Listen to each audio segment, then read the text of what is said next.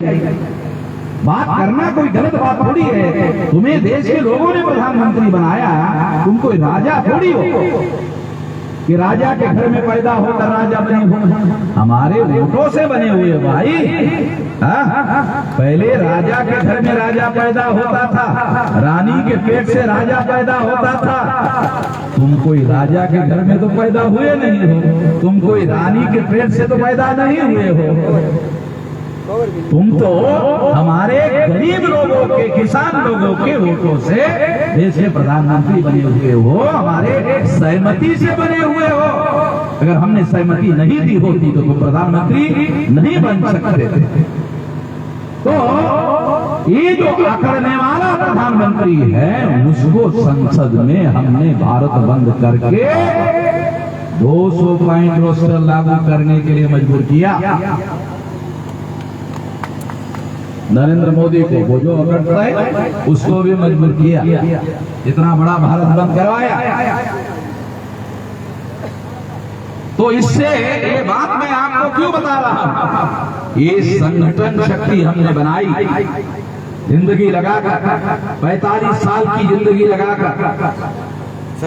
इसमें 31 राज्यों में, 567 जिलों में, 4000 से ज्यादा तहसीलों में, 22,000 से ज्यादा ब्लॉक में और 1.5 लाख से ज्यादा गांवों में फैला हुआ विशाल संगठन बनाकर संगठन शक्ति बनाई। और इस संगठन शक्ति के बल पर हमने भारत बंद करवाया। तो संगठन शक्ति के बल पर जो काम हमारे elected MLA, elected member parliament नहीं कर सके, वो काम हमने सड़कों पर चलने वाले आदमी ने करके दिखाया।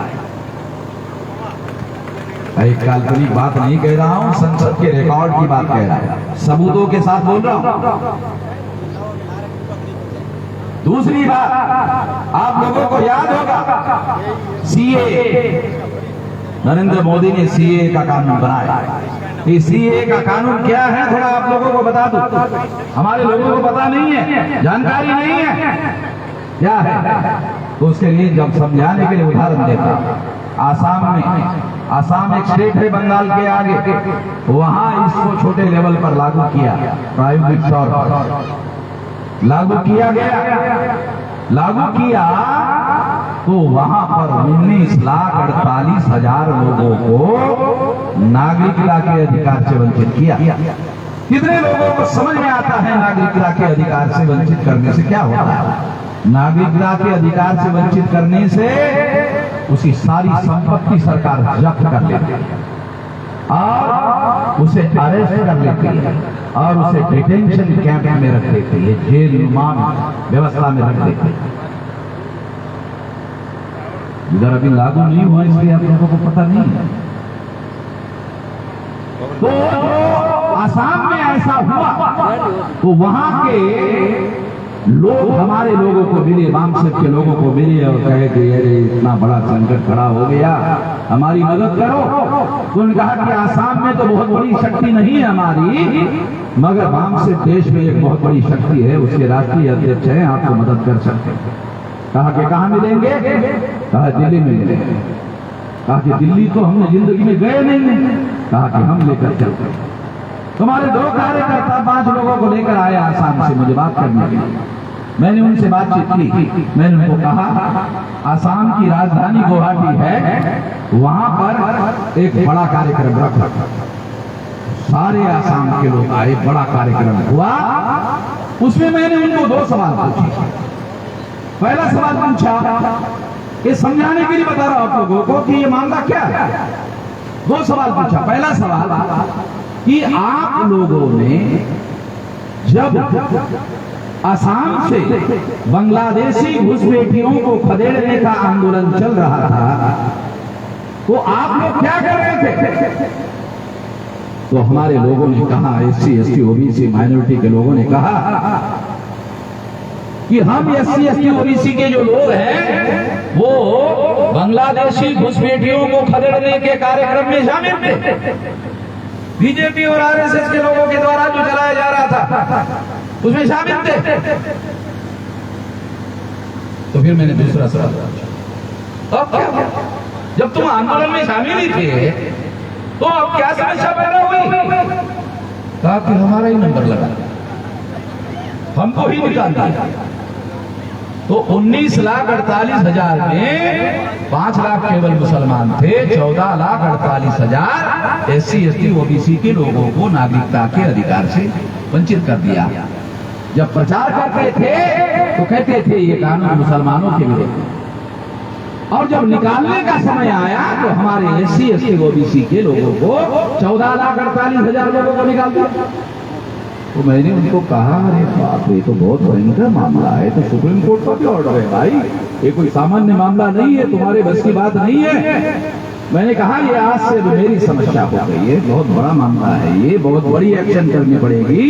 मैं दिल्ली गया और दिल्ली में ऐलान किया 29 जनवरी 2020 को भारत बंद होगा CA के विरोध। तो CA के विरोध में भारत बंद किया। जब CA के विरोध में भारत बंद किया तो उसकी एक खास बात ये थी कि SC ST OBC के साथ साथ 5 लाख मुसलमानों को भी निकाला गया था। तो उनको बात समझ में आई तो वो सारे के सारे देश भर के मुसलमान जो है उस भारत बंद में शामिल हो गए। तो एक तरफ SC ST OBC और दूसरी तरफ मुसलमान इस आंदोलन में शामिल हुए, तो भारत बंद पहले से भी ज्यादा बड़ा भारत बंद हो गया, पहले से भी बड़ा भारत बंद हो गया। जब पहले से भी बड़ा भारत बंद हो गया तो दिल्ली में नरेंद्र मोदी, भाजपा, RSS, विश्व हिंदू परिषद के लोग बैठे चिंतन करने के लिए कि हमने 50 साल से SC ST OBC को मुसलमानों से लड़ाया, मुसलमानों से भिड़ाया, और मुसलमानों को SC ST OBC से लड़ाया और भिड़ाया, और ये वामन मेश्राम ने एक तरफ SC ST को इकट्ठा किया, OBC को इकट्ठा किया, दूसरी तरफ मुसलमानों को भी जोड़ दिया। ये तो बड़ा खतरनाक मामला हो गया। अगर ये सारे लोग इकट्ठा हो गए तो चटनी बनाकर खा जाएंगे हम लोगों को। ये लोग अगर सारे इकट्ठा हो गए तो चटनी बनाकर खा जाएंगे। इसलिए उन लोगों ने कहा कि ये CA का मुद्दा तो वामन मेश्राम का मुद्दा नहीं है, ये तो साले हम लोगों ने कानून पास किया पार्लियामेंट में, CA हमने वामन मेश्राम को हथियार दिया, ये हथियार वामन मेश्राम का नहीं है, ये हथियार तो हमने कानून पास करके वामन मेश्राम को दिया। इसी हथियार को हथियार बनाकर वामन मेश्राम ने भारत बंद कर दिया। तो ये तो CA हमारा मामला, ये तो वामन मेश्राम का मामला नहीं है। तो हमने उस CA को आधार बनाकर भारत बंद कर दिया। जब उनको समझ में आया कि CA की वजह से ये सारे मुसलमान और SC ST OBC इकट्ठा हो गए, तब से CA का कानून दम में पड़ा हुआ है, कचरा कुंडी में पड़ा हुआ है। बीजेपी के लोग कहते हैं, सुन लो थोड़ा ध्यान से सुन लो, पहले समझ लो, थोड़ा दिमाग में जाने के बाद। ताली बजाने से मुझे कोई बहुत बड़ा फर्क नहीं पड़ता है, मैं जो समझाता हूं ना वो बहुत बड़ी बात होती है, उसको समझो पहले। बीजेपी के लोग प्रचार करते हैं नरेंद्र मोदी बहुत शक्तिशाली प्रधानमंत्री, बहुत ताकतवर प्रधानमंत्री। चलो मान लिया कि नरेंद्र मोदी बहुत शक्तिशाली और बहुत ताकतवर प्रधानमंत्री है, मान लिया, मगर तुम्हारा कानून वामन मेश्राम ने अभी तक लागू नहीं होने दिया। वामन मेश्राम कितना शक्तिशाली है, तुम्हारा कानून हमने लागू नहीं होने दिया। तुम कहते हो बहुत शक्तिशाली है, तुमने पार्लियामेंट में कानून बनाया, ठीक है मान लिया, मगर तुम्हारा कानून अभी भी कचरा कुंडी में पड़ा हुआ है, अभी तक तुम लागू नहीं कर पाए। तो इससे आपको अंदाजा लगाया जा सकता है कि हमारे संगठन की ताकत कितनी बड़ी ताकत हो गई है कि उनको अपना पास किया हुआ पार्लियामेंट का कानून भी लागू करने में अभी तक हिम्मत नहीं हुई। काल्पनिक बातें नहीं कह रहा हूं, रिकॉर्डेड बातें, सबूत की बातें बोल रहा हूं। ये इसलिए आप लोगों को समझा रहा हूं कि अब आने वाले जितनी अभी हमारी ताकत है, वो हमने ये निर्णय किया कि 10 साल में 20 बार भारत बंद करेंगे। 6 महीने में एक बार, 5 महीने 29 दिन तैयारी भारत बंद की और 1 दिन भारत बंद। क्योंकि अखबार वाले हमारी खबर नहीं छापते, टीवी वाले हमारी खबर नहीं दिखाते, तो हमारे लोगों को मालूम कैसे होगा कि हम उनकी लड़ाई लड़ रहे हैं? हमारे लोगों को मालूम होना चाहिए कि उनकी लड़ाई हम लड़ रहे हैं। ये मालूम कैसे होगा? इसलिए हमने प्लान बनाया कि 6 महीने में एक बार भारत बंद करेंगे। भारत बंद करेंगे तो 10 साल में हमारे लोगों को मालूम हो जाएगा, SC ST OBC माइनॉरिटी को मालूम हो जाएगा कि उनकी लड़ाई में लड़ रहे हैं। तो सारे देश के लोग जागृत हो जाएंगे, 85% लोग इकट्ठा हो जाएंगे, जागृत हो जाएंगे। जब ये जागृत हो जाएंगे तो हमारे साथ इकट्ठा हो जाएंगे, संगठित हो जाएंगे, और जब संगठित हो जाएंगे तो हमारे लोगों का इस देश में राज है। जब अंग्रेजों के विरोध में गांधी नेहरू ने लोगों को संगठित किया था तो अंग्रेज आ गए। अभी देश में ब्राह्मणों का राज है। नरेंद्र मोदी को तो दिखाने के लिए रखा हुआ है।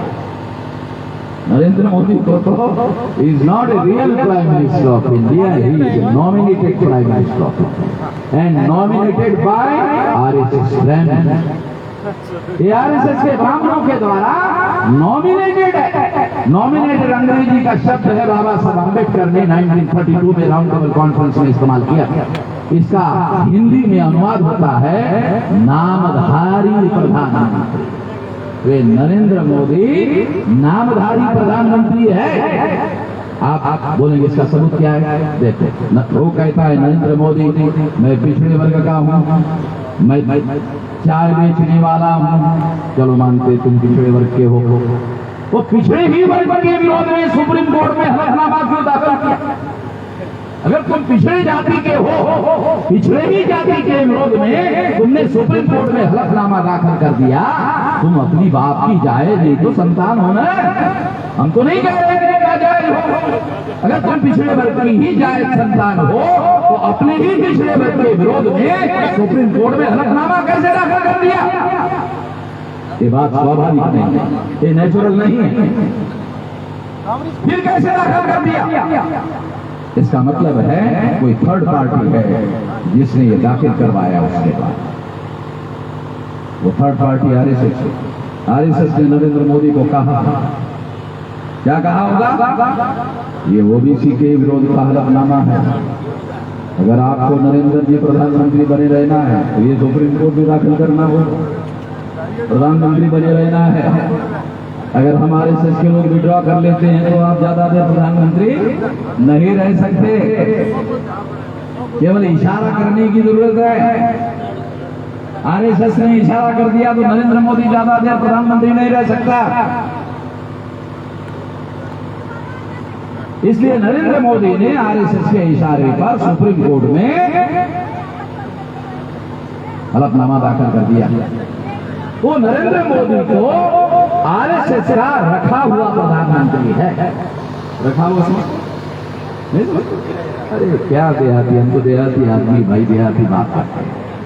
ये तो RSS का रखा हुआ प्रधानमंत्री है, जैसा वो कहना चाहते हैं वैसा करते हैं। ये तो नामधारी प्रधानमंत्री, सारा काम करने के पीछे से RSS के लोग कर रहे हैं।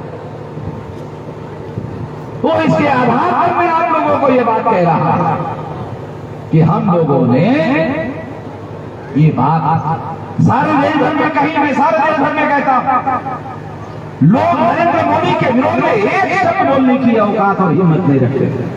मैं बोलता हूं सारे देश भर।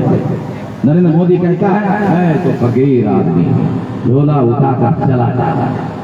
गाय का फकीर 27,000 करोड़ रुपया चुनाव में खर्चा किया। साला जिस किस्म का फकीर है, 27,000 करोड़ रुपया चुनाव में खर्चा कर रहे हो।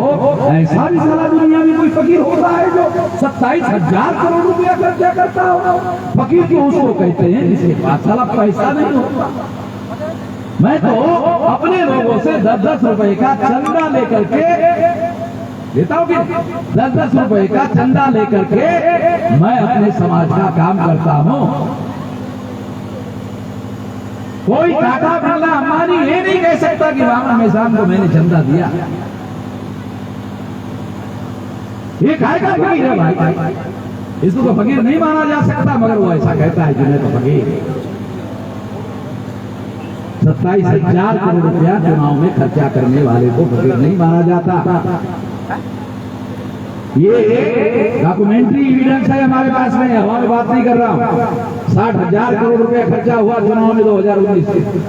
60,000 में से 27,000 करोड़ रुपया अकेले बीजेपी ने खर्चा किया। ये डॉक्यूमेंट्री एविडेंस है। हैदराबाद की संस्था ने ये डॉक्यूमेंट्री डिक्लेयर किया हुआ आंकड़ा है। ये तो डिक्लेयर आंकड़ा है, अनडिक्लेयर और भी है। ये तो डिक्लेयर है, अनडिक्लेयर और भी बहुत है। हम तो हमारे लोगों से चंदा लेकर 10-10 रुपया, वो भी टेबल के ऊपर से मैं चंदा लेता हूँ, उसका भी वीडियो फिल्म बनाता हूँ। ये तो काला धन टेबल के नीचे लेने वाले लोग हैं भाई। ये कोई सफेद काम करने वाले नहीं है लोग। तो ये बात मैं कहते रहता हूँ कि ये सरकार जो है पर्दे के पीछे से ये नामधारी प्रधानमंत्री है, ये कहते रहता हूँ। तो आरएसएस के मोहन भागवत को मेरी वजह से बयान देना पड़ा। आरएसएस के मोहन भागवत ने क्या बयान दिया आपको बताता, मेरी वजह से देना पड़ा, क्योंकि दूसरा तो कोई कहता ही नहीं ये बात। क्या बयान दिया कि हम केंद्र सरकार के डे टू डे काम में हस्तक्षेप नहीं कर सकते। तो मैं ही कह रहा हूँ, हस्तक्षेप कर रहे हो, मैं ही कह रहा हूँ आरएसएस चला रही है, तो दूसरे को जवाब देने का सवाल ही नहीं, तो मुझे जवाब देना पड़ा मोहन भागवत को कि हम केंद्र सरकार के डे टू डे काम में हस्तक्षेप नहीं करते। इसके दो अर्थ है, एक शाब्दिक अर्थ होता है डे टू डे काम में हस्तक्षेप नहीं करते, ये इसका शाब्दिक अर्थ है। दूसरा अर्थ है ध्वनि का, इसके ध्वनि निकलती है। ध्वनि क्या निकलती है? डे टू डे काम में हस्तक्षेप नहीं करते हैं, मगर कभी कभी करते हैं, मगर कभी कभी करते। ये ध्वनि निकलती है। डे टू डे नहीं करते, कभी कभी करते। कब कब करते हैं? जब एससी एसटी ओबीसी माइनॉरिटी के लोगों की समस्याओं का समाधान करने का समय आता है, तब तब आरएसएस के लोग हस्तक्षेप करके रोक लगा देते। ये हमारी वजह से मोहन भागवत को बयान देना पड़ा। इससे आप लोग अंदाजा लगाओ कि हमारे संगठन के प्रभाव की ताकत कितनी बढ़ गई है। सबूत के साथ बता रहा।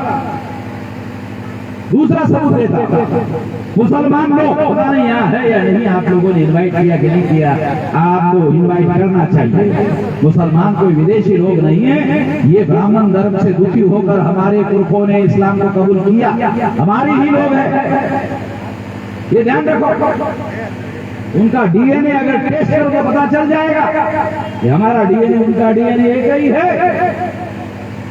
वैज्ञानिक प्रमाण के आधार पर बोल रहा हूं, काल्पनिक आधार पर नहीं बोल रहा हूं। चलो है, पता चला गया है, चलो खुशी की बात है कि आप लोग भी मेरी जैसे समझदार हो गए हो। ये साथियों, मुसलमान लोग मुझे आकर मिलते थे, क्या कहते थे? मिश्राम साहब, हमें बहुत दुख होता है इस बात का कि कोई भी बात होती है तो हमको ये आरएसएस के बजरंग दल वाले जो लोग हैं वो कहते हैं चले जाओ चले जाओ पाकिस्तान, चले जाओ पाकिस्तान, चले जाओ पाकिस्तान। ये हमको ऐसा कहते हैं तो दिल में बहुत दर्द होता है, बहुत दुख होता है। जब पाकिस्तान बना तब हम नहीं गए, अब क्यों जाएंगे? जब पाकिस्तान बना 14 अगस्त 47 को, तब हम नहीं गए भारत छोड़कर, तो अब क्यों जाएंगे? मगर ये जब कहते हैं तो हमें बहुत तकलीफ होती है, बहुत दुख होता है। इसके लिए कुछ करते, क्योंकि आप भी कर सकते हैं। मुसलमान कह रहे हैं नहीं, आप भी कर सकते हो। हमारे मुसलमानों के नेता में कोई दम नहीं है, वो नहीं कर सकते।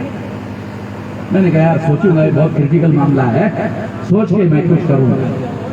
तो कुछ साल के बाद मैंने मुसलमानों का कार्यक्रम आयोजित किया और उस कार्यक्रम में मैंने घोषित किया कि भारत के सारे मुसलमान मूल निवासी हैं। भारत के सारे मुसलमान मूल निवासी, जो विदेशी थे वो पाकिस्तान चले गए। अब भारत में कोई भी विदेशी मुसलमान बचा हुआ नहीं है, जो है वो सारा का सारा भारतीय है, मूल निवासी है। ऐसा मैंने घोषित किया तो मोहन भागवत का बयान आया। आप लोगों ने पढ़ा, क्या बयान है जानते हो? मोहन भागवत ने बयान दिया, मुसलमानों के पुरखे और हमारे पुरखे एक ही थे। मुसलमानों के पुरखे और हमारे पुरखे एक ही थे। तो कल तक नहीं थे, आज कैसे हो गए भाई? कल तक तो नहीं थे, पाकिस्तान चले जाओ कहते थे, पाकिस्तान चले जाओ कहते थे, अब कैसे हो गई है कहीं? तो हमारे बयान देने के बाद मोहन भागवत को यह बयान देना पड़ा।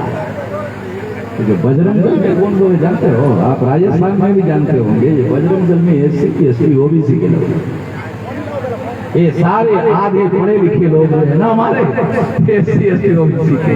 आधे पढ़े लिखे महात्मा जी समझते हो ना, आधे पढ़े लिखे। ये जो आधे पढ़े लिखे लोग हैं, ये बजरंग दल में हमारे लोग, तो हमारे समाज में रहते हैं, तो उनके कॉमन फ्रेंड होते हैं, इधर के भी इधर के भी। कॉमन फ्रेंडशिप तो एक अलग चीज है, कॉमन फ्रेंड होते हैं। तो हमारे लोगों ने बजरंग दल के लोगों को पूछा, क्या पूछा? अरे यार ये बताओ, पहले तुम मुसलमानों को पाकिस्तान चले जाओ कहते थे, आजकल कहीं नहीं रहे, क्या बात? आजकल कहीं नहीं रहे, क्या बात? आदेश नहीं कहते, ऊपर से आदेश नहीं कहने का। तो मैंने हमारे लोगों ने मुझे बताया कि वो ऊपर से आदेश है। तो मैंने कहा दूसरा सवाल ये क्या कि क्यों ऐसा करने के लिए मना कर रहे हैं? पहले तो कहने के लिए कहते थे, अभी कहने के लिए मना क्यों कर रहे हैं? तो उन्होंने पूछा कि क्यों मना कर रहे हैं?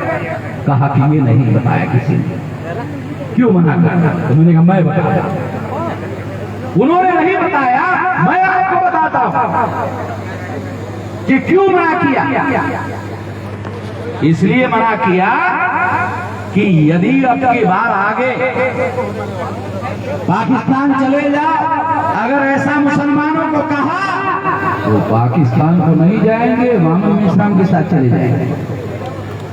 तो समझ में आ रहा है? क्योंकि मोहम्मद इस्लाम ने ये सभी मुसलमानों को मूल्यवासी घोषित किया, तो ये पाकिस्तान नहीं जाएंगे, ये मोहम्मद इस्लाम के साथ चले जाएंगे। और अगर मुसलमान और ये SC ST OBC इकट्ठा हो गए तो ये हमारी चटनी बनाकर खाएंगे। इसलिए इन्होंने ऐसा कहना बंद कर दिया। ये हमारे संगठन शक्ति के बल की वजह से ऐसा उनको कहना पड़ रहा है। अभी हमने 25 मई 2022 को भारत बंद का ऐलान किया और OBC की जातियां हर गिनती का मुद्दा है, उसमें 10 मुद्दे हैं, SC के है, ST के है, OBC के है, माइनॉरिटी, उसमें 10 मुद्दे हैं। 11वां मुद्दा आपके राजस्थान का डाल दिया। पाली में क्या नाम लड़के का? जितेंद्र मेघवाल का मुद्दा डाल दिया। सरकार जो आपके राजस्थान की अशोक गहलोत की सरकार है, उसको 10 लाख देने के लिए भी राजी नहीं थी परिवार को। जब हमने उसका नंबर डाल दिया, 10 मुद्दे में 11वां मुद्दा डाल दिया, तो अशोक गहलोत की सरकार ने 10 लाख देने से मना किया था। अब कहा 50 लाख देना। जैसे ही हमने 11वां नंबर डाला, वो 10 लाख देने से मना कर रहे थे, 50 लाख ऐलान कर दिया और एक आदमी को परिवार की नौकरी भी देने का वादा कर दिया। तो मालूम है, अगर ये शेड्यूल कास्ट के लोग राजस्थान में कांग्रेस के विरोध में गए तो गई सरकार 18% है। आजकल 2-3% से सरकार इधर उधर हो जाती है।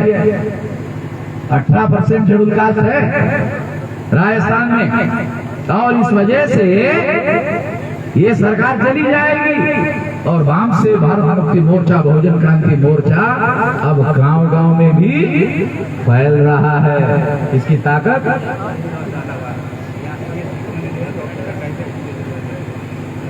डाल दिए। चलो ठीक है, राजस्थान में तो इस तरह से ये काम हम लोग कर रहे हैं। अभी जो भारत बंद करने का ऐलान किया, इसके बारे में 2 बात कहकर मैं अपनी बात समाप्त कर देता हूं। पहली बात, तो भारत बंद करने के लिए क्या करना है और क्या नहीं करना है, पहले बताता हूँ क्या नहीं करना है। भारत बंद में हिंसा नहीं करना है, ध्यान रखना, हिंसा बिल्कुल नहीं करना है। सरकार के पास ज्यादा हथियार है, अगर हिंसा करोगे गोली चला देंगे। 2 अप्रैल 2018 को शेड्यूल कास्ट शेड्यूल ट्राइब के लोगों ने एट्रोसिटीज के लिए भारत बंद किया था। शेड्यूल कास्ट शेड्यूल ट्राइब के 13 लोगों को मारा, हमारे SC ST के 13 लोगों को इन लोगों ने मारा। एक उसमें राजस्थान का भी आदमी था, अलवर का, उसको भी गोली मारा। ये रिकॉर्डेड बातें बता रहा हूँ, काल्पनिक बातें नहीं बोल रहा हूँ। हमने 2 बार भारत बंद किया, हमारे आदमियों को खरोच नहीं आने दिया। आया भी खरोच नहीं आने दिया। लीडरशिप चाहिए, अक्ल वाली लीडरशिप चाहिए, समझदार लीडरशिप चाहिए। इसलिए कह रहा हूँ हिंसा भारत बंद में बिल्कुल नहीं करने का। दूसरी बात, बसेस को जलाने का, ऑटो रिक्शा को जलाने का काम बिल्कुल नहीं करने का। राष्ट्र की संपत्ति को जलाने का काम बिल्कुल नहीं करने का। ये देश हमारा, ये राष्ट्र हमारा है, इसकी सारी संपत्ति हमारी है। और आज अगर 63 साल में अंग्रेज भाग गए, इनका भी राज जाएगा, आज नहीं तो कल। तो आप लोगों का राज आएगा, क्यों नहीं आएगा? 85% लोग हैं, क्यों नहीं आएगा? आज इतना बड़ा आंदोलन हमने खड़ा कर दिया, 10 साल की बात है, ज्यादा लंबी बात नहीं है। यहाँ जो बुजुर्ग हैं वो भी मरने वाले नहीं है, मैं उनको सर्टिफिकेट दे दे, वो मरने वाले नहीं, उनके सामने ही दिखाई देगा। 10 साल 20 बार भारत बंद, और कोई SC ST OBC माइनॉरिटी जो है वो ये सारा इकट्ठा हो जाए, और इस तरह से हम लोग भी देश में आजाद हो जाएंगे। तो ये राष्ट्र की संपत्ति हमारी संपत्ति है, हमारे बाल बच्चों के विकास के लिए काम में आएगी। इसलिए राष्ट्र की संपत्ति को किसी प्रकार का कोई नुकसान बिल्कुल नहीं होना चाहिए। दूसरी बात, जनहानि नहीं होनी चाहिए, लोगों को हमारी वजह से तकलीफ नहीं होनी चाहिए। लोगों को साथ में लेने का काम करना है, लोगों को नुकसान पहुंचाने का काम नहीं करना है। ये तो नहीं करने की बात बता रहा हूं, अब करना क्या है? पहली बात पब्लिसिटी करो, भारत बंद, पब्लिसिटी पब्लिसिटी पब्लिसिटी, इतनी पब्लिसिटी करो, इतनी पब्लिसिटी करो, इतनी पब्लिसिटी करो कि 25 तारीख को जो आदमी घर में सवेरे बैठा हुआ है उसको लगे घर से बाहर निकलेंगे तो भारत बंद है, सारी गोली चलेगी तो हमारे ऊपर भी चल सकती है। तो घर में ही रहना ठीक हो जाएगा। जब हर आदमी घर में ही रहेगा तो भारत बंद अपने आप हो जाएगा, क्योंकि जब आदमी भी सड़कों पर आएंगे ही नहीं तो भारत बंद नहीं होगा तो क्या होगा? एक तो ये बात है। दूसरी बात, संगठन को क्या करना है? संगठन को डिस्ट्रिक्ट लेवल पर, कमिश्नरी लेवल पर, स्टेट लेवल पर फैसला करना कि हम लोगों को अपनी कमेटी के लोगों को तहसील में जाने का, ब्लॉक में जाने का, ग्राम पंचायत में जाने का, SC के लोगों को SC के मुद्दे समझाओ, ST के लोगों को ST के मुद्दे समझाओ, OBC के MBC के लोगों को उनके मुद्दे समझाओ, माइनॉरिटी को, मुसलमानों को उनके मुद्दे समझाओ, सारे मुद्दे शामिल है उसमें, समझाओ। जो काम करने के लिए रजामंद हो ऐसे लोगों की कमेटी बनाओ, भारत बंद निर्माण कमेटी। जो काम करने के लिए राजी हो उसकी कमेटी बनाओ, भारत बंद निर्माण कमेटी। और उसको कहो 150 लोगों को इकट्ठा करके शहर के मेन चौराहे पर इकट्ठा हो जाओ, 1500 इकट्ठा हो जाओ, बैठ जाओ। अगर 2-4 घंटे बैठने के लिए समय लगता है तो चने 100 ग्राम चने लेके खरीद कर ले जाओ, चने खाओ, पानी पियो, बैठे रहो और कुछ नहीं करना है, कुछ भी नहीं करना। किसी को पत्थर मारना नहीं है, किसी को कुछ करना नहीं है, बैठे रहो चौराहे पे बैठे रहोगे तो हमारे देश की पुलिस घंटे भरे में आएगी, रिकॉर्ड है, वो बाद में ही आती आएगी। और 2-4 घंटे उनको वहां से हमको भगाने के लिए लगेगा, तो 2-4 घंटे बंद हो जाएगा, चौराहे बंद हो जाएगा।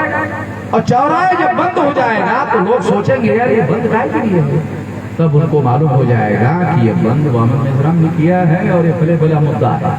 तो वहाँ SC ST OBC माइनॉरिटी के लोग भी रहेंगे, उनको लगेगा यार ये तो अच्छी बात है, ये तो हमारी लिए लड़ाई हो रही है। जो लोग आज हमारे लड़ाई में शामिल नहीं है वो कल लोग फिर हमारे लड़ाई में भी शामिल हो जाएंगे। और 20 बार भारत बंद होने के बाद कोई आदमी बचेगा नहीं जिसको मालूम नहीं होगा, सबको मालूम हो जाएगा। इस तरीके से अगर आप काम करते हो तो ये भारत बंद हो जाएगा। पहले भी हमने किया है, हमारा संगठन 567 जिलों में 31 राज्यों में, केवल बंगाल त्रिपुरा के आगे जो स्टेट है वहां नहीं, वहां तक फैल गया। पिछले 45-46 साल से जिंदगी का इतना समय लगाया और संगठन बनाने का ही मास्टर हूं। जैसे आप लोग बोलते हैं नागपुर के RSS के लोग, मैं भी नागपुर का ही, तो उनका बंदोबस्त हम लोग नागपुर में ही करते हैं, हम भी RSS के ही है। और उनको मालूम है उनका हेडक्वार्टर में 10 लाख लोग मेरे जाति के उसके घेर वाले रहते हैं, हमारे से पंगा नहीं देते। हम उस जाति के लोग हैं। भीमा कोरेगांव का नाम सुना? 500 लोगों ने 28,000 को मारा था। ब्राह्मणों के 28,000 पेशवा की फौज थी, हमारे पुरखों ने 500 नाग लोगों ने 28,000 को मारा था। कोई दुनिया में इतिहास अवेलेबल नहीं है। उसी के खानदान का अकेला ही करता रहता, हमें किसी का डर नहीं लगता, हमारा एक डर लगता है दूसरे। ये लड़ाई ऐसे ही नहीं लड़ रहे, सारे देश भर में घूमकर ऐसे ही लड़ रहा। तो लड़ाई के हमारे पुरखों का इतिहास है, काल्पनिक बातें नहीं बोल रहा हूँ। वो खून जिन्होंने लड़ाई लड़ी वो खून हमारे शरीर में भी दौड़ रहा है और वो खून अभी ठंडा नहीं हुआ है, अभी भी गर्म है। ये लड़ाई हम लोग लड़ेंगे और मंजिल मकसूद तक पहुंचाएंगे और हमारे लोगों की गुलामी को खत्म करेंगे। अगर आप लोगों का साथ सहयोग रहा जल्दी करेंगे। तो आपको अपील करता हूं कि इस आंदोलन में आप लोगों को साथ सहयोग देना है। आखिरी बात, दूल्हा दुल्हन को दोबारा मेरी तरफ से पूरे आशीर्वाद है। आप मुझे पता चला आप पंजाब में रह रहे हैं, तो मुझे पंजाब के भी वामसेब के लोग आपको वहां मिलेंगे। भारत के किसी कोने में भी जाओगे हमारे लोग आपको मिलेंगे। हर प्रदेश में, हर जिले में हमारे आदमी मिलेंगे। आपको कोई भी डिफिकल्टी हो पंजाब में हमें खबर कर देना, हमारा टेलीफोन नंबर लेना। वहाँ के लोगों का जिस जिले में रहते हैं उसका टेलीफोन नंबर मैं आपको दे दूंगा। आपको कोई डिफिकल्टी आएगी मदद करने के लिए उसको कह देंगे, कोई डिफिकल्टी नहीं आएगी। धन्यवाद, आपने मेरी बात ध्यान से सुनी, इसके लिए आभार, धन्यवाद।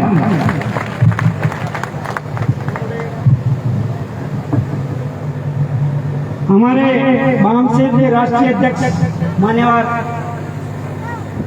मेश्राम साहब ने अपना उद्बोधन किया। अब मैं मंगाराम जी आतला साहब जो हमारे प्रदेश अध्यक्ष है वामसेब के, वो CSC सदस्य है, वो अपना उद्बोधन लेंगे। धन्यवाद साथियों, धन्यवाद राष्ट्रीय अध्यक्ष महोदय। आज अपना व्यस्ततम जो समय था उसमें से निकाल करके समय और आप यहाँ पधारे।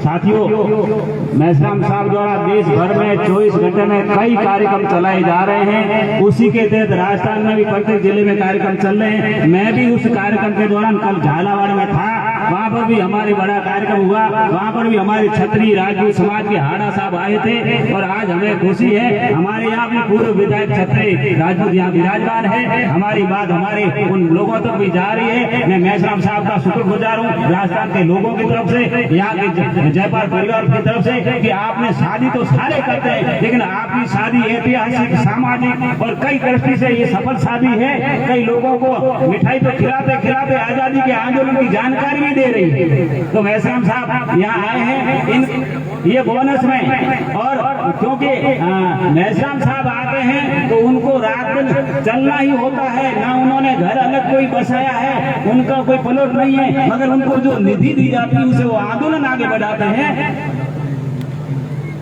समरजीत सिंह जी पूर्व विधायक महोदय से मैं निवेदन करता हूँ कि आप यहाँ पूर्व विधायक रहे वो भी मंच में आ जाए। एक रमेश देवासी वो भी पधारे मंच पे, एक जयकर जी खिलेरी साहब वो भी आ जाए कि यहाँ का मंच आप सबके सहयोग से और जोरा मजबूत हो जाएगा।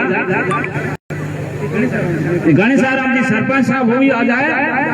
कल झालावाड़ में जो हमारे राजपूत साथी आए थे उन्होंने इतनी दार्शनिक बातें कही और उन्होंने ही मंच पे कहा। समंदर सिंह जी पूर्व विधायक राष्ट्रीय अध्यक्ष महोदय से मुलाकात कर रहे हैं और गुलाब दुल्हन महोदय को भी अपना शुभ आशीर्वाद दे रहे हैं। साथ में हमारे खेलेरी साहब और भी साथी है। साथियों समय कम है और मैं भी झालावाड़ से लेट पहुंचा तो राष्ट्रीय अध्यक्ष महोदय से पहले मुझे भी 2 मिनट बोलने का मौका था, अवसर चला गया। अवसरों का बहुत ध्यान रखना पड़ेगा।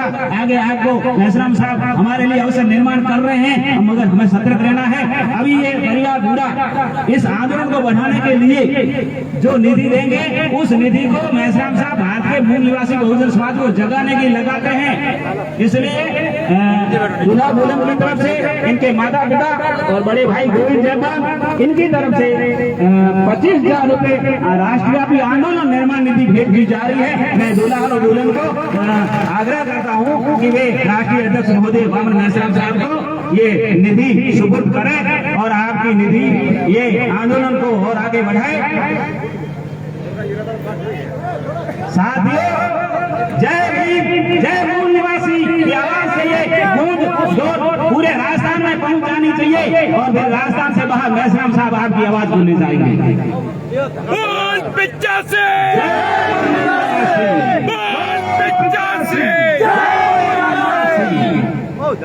धन्यवाद साथियों।